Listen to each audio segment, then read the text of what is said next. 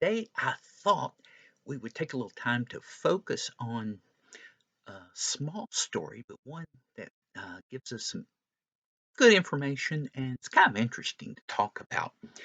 So, this actually appears in the first three Gospels, Matthew, Mark, and Luke, and there's a little bit of an explanation that goes back to the Old Testament.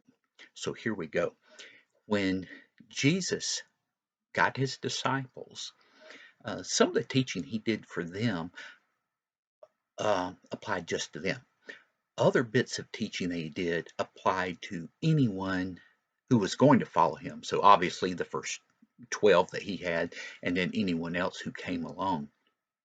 And one of the things he warned them about was that anyone who chose to follow Jesus would have some enemies in the world because there's some people who want to do bad things, and having someone who's trying to do good things and do the right thing um, makes them uncomfortable or angry or otherwise of a mindset where they want to stop the good people or keep them from being successful.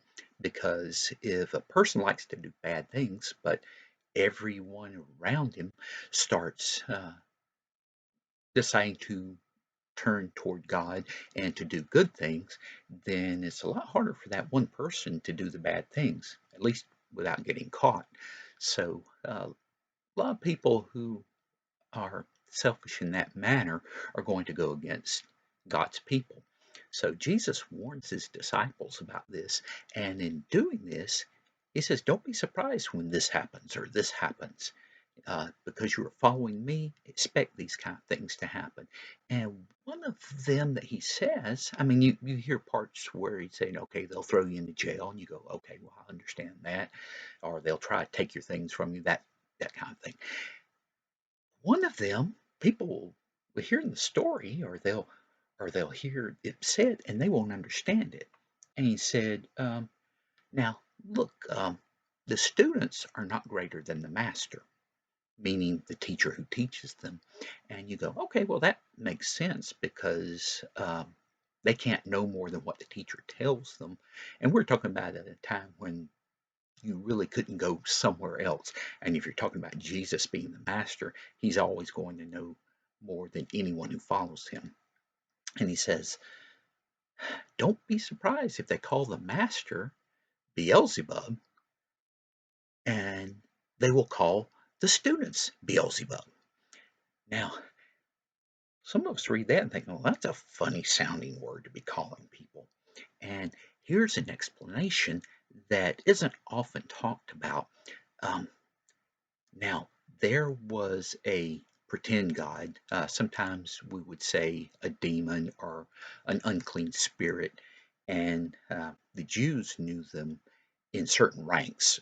Ones would be more powerful than others, and you'd think, okay, well, that kind of makes sense if we're talking about those who were cast out of heaven because they rebelled against God, that you would have Satan at the top of that group, and then any of those who went with him would kind of fall in under him.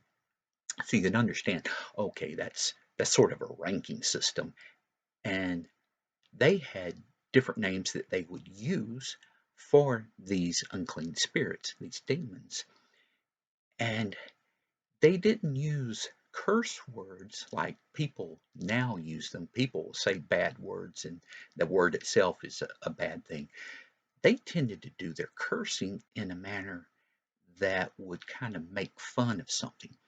In this case, what you had was the Old Testament mentioning this one god of the city of Ekron named Beelzebub, and that meant Lord of the manor, Lord of the house, Master of the manor. It meant all of those things.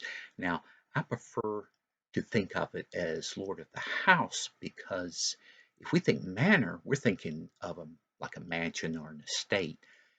House carries another meaning to it, so that it can mean the family, it can mean an entire country in that sense.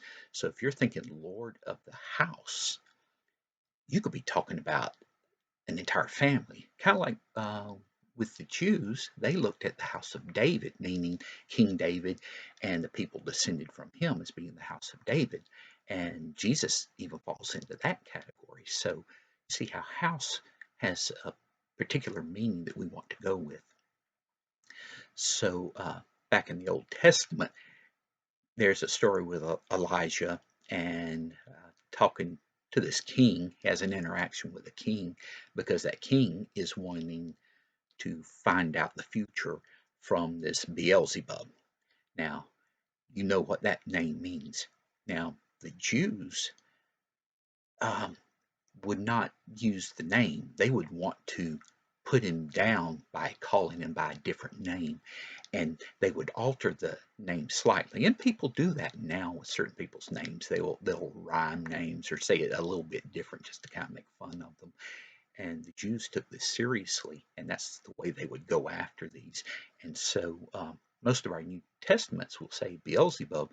They really should say Beelzebel because that is, or Beelzebul, because that's actually uh, what they would have used, especially when we're talking about the teachers of the law and Jesus himself, because that one, they have to be careful in defining this rather than Lord of the Manor is sometimes translated Lord of the Flies. And people have said, oh, that's a fly god. No. Well, it's a little bit different from that. It's actually master of poop. Because that's the way they looked at this false god, this unclean spirit. Because a mound of poop would attract flies. So that's why they would use this because it would really be putting him down at the same time you're referring to who it is. Well, now we get into what happens in the story. Jesus and his disciples show up in a town and they go to the house they're supposed to go to, and the place is so full of people, there's no room for them to eat. And I'll say that, that sounds a little odd because they didn't eat standing up. They would kind of recline, almost lying down to eat, maybe resting on an elbow or a pillow, something like that. So if there's so many people in the house, you can't lie down because there's floor space that you need that's not available. But somebody brings in a person who is possessed by a demon. There's an unclean spirit in this man, and this unclean spirit makes him blind and prevents him from talking. And Jesus cast out this demon. And we know from earlier stories this is not difficult for him. Well, there are some people who have come down from Jerusalem to find out about Jesus, and they see this happening. And they are teachers of the law. They are, um, you could call them priests and scribes. Those would be the experts on the scriptures, and they're supposed to know what God likes and doesn't like, what he wants and doesn't want. And they're there going, See, they've already made up their mind about Jesus. Jesus is not who they expect. The people around there don't either because they say, this has got to be the son of David, which is a surprise to him because they're expecting a warrior king. They're not expecting someone who's coming in the way Jesus is. And Jesus knows this is happening, and so he takes extra care not to give people the impression that he's there to be a warrior king and to drive out the Romans. He's there for the people's hearts. He wants them to turn their minds and hearts to God. Well, these teachers of the law look at Jesus and they see what he's done. See, they cannot deny what he did. They have to admit, okay, this guy had an unclean spirit, now it's gone. And they say, oh, it's only by Beelzebub, the prince of demons, that he's cast out the demon. And Jesus gives them a look and says, what are you talking about? That doesn't make any sense. Because if a kingdom is divided, it falls. He said, why would Beelzebul throw out a demon? He would want to have demons inside of everybody. You're not making any sense. It's like, if there's a strong man inside a person, you go in and you tie up the strong man and throw him out. That's what's being done here. Then he gets into something that's could be a little bit scary, and some people worry about this to think, oh, have I done this? He said, um, if someone cast out a demon by the power of God, then you are saying bad things about the Spirit of God. He said, people can talk about me, they can say bad things about me and be forgiven, but you can't be forgiven for saying bad things about the Spirit. And this is where a lot of people get worried because they think, oh, if I said something bad against the Spirit, and most people think, no, it means that ultimately, if you refuse to accept Jesus, then that's the problem. You're out of luck on that. So that at some time you may have said, oh, I don't believe in Jesus, but later on you become a follower of his, then you don't worry about that. You just follow the best of your ability. So uh, he brings up another point. He said, okay, you've got followers, um, and they you say that they can cast out demons, so who do they cast them out by? It kind of leaves these guys in trouble because, I thought, well, it's possible maybe there were some followers of these teachers of the law who actually were following God the way they were supposed to and were able to cast out demons. Most likely, though, from what we hear and what we can study about it, is that they had things they would do that would attempt to cast out demons. Whether or not they were successful, we don't know. What we do know, though, is that when Jesus cast out a demon, there was no doubt from the people who knew what it looked like when someone had a demon.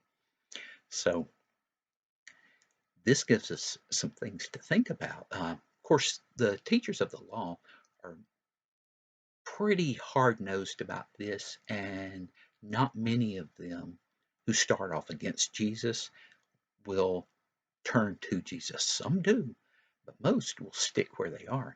And that's one thing uh, for us to remember is that as we talk to people about Jesus, some will listen and believe and follow God. Others may be like these guys and call you names or say bad things about Jesus. And with that, you just have to say, okay, I've got to walk away from them. Maybe somebody else can reach them, even if I can't. Um, but we don't attack them or say bad things about them, even though it's tempting to want to do that. We don't want to act like the devil when we're trying to draw people away from the devil. All right, so with that, I'm going to leave you this lesson. And for this one, I wore this tie again because it's the representation of Satan. Of course, as we know, Satan can make himself to look attractive, but we want to use the tie to think about his true nature and what he really is.